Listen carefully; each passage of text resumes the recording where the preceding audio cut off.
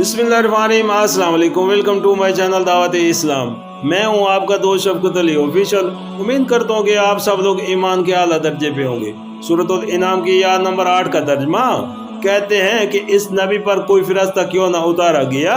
अगर कहीं हमने फिरस्ता उतार दिया होता तो अब तक कभी का फैसला हो चुका होता, फिर इन्हें कोई मोहलत न दी जाती।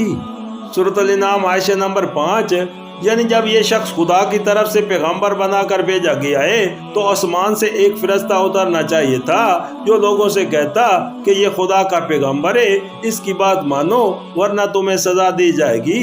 जहले मुर्तज़िन को इस बात पर तज्जुब था कि खालिक अर्ज़ समा किसी को भी पैगंबर मुकर्रर करे और फिर उस तरह उसे बेयारो मददगार पत्थर खाने और गालियां सुनने के लिए छोड़ दे।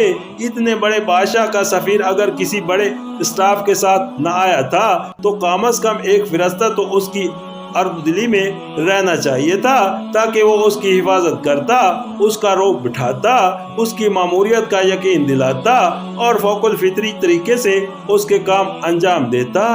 सूरतुल इनाम आयत नंबर 6 ये उनके एतराज का पहला जवाब है। उसका मतलब ये है कि ईमान लाने और अपने तर्ज अमल की इस्लाह कर लेने के लिए जो मोहलत तुम्हें मिली हुई है ये उसी वक्त तक है जब तक कि हकीकत पर्दा गैब में पोशीदा है, वरना जहाँ गैब का पर्दा चाक हुआ फिर मोहलत का कोई मौका बाकी न रहेगा।